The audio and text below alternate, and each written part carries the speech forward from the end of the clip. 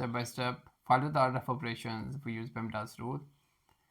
Addition and subtraction from left to right, but exponent first, right? So 3 squared means 3 times 3 equals 9, right?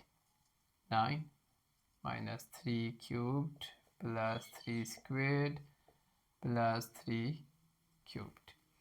Now 9 minus 3 cubed means 3 times 3 times 3 equals 27.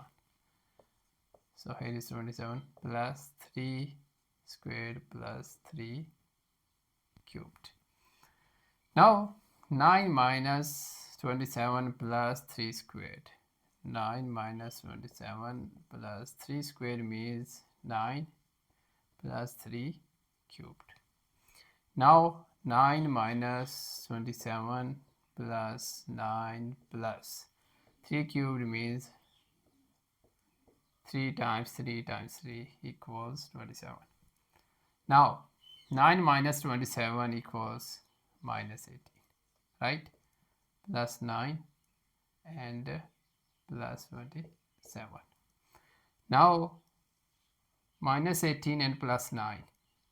Minus plus minus and minus 9, right? Not just 9, minus 9 plus 27.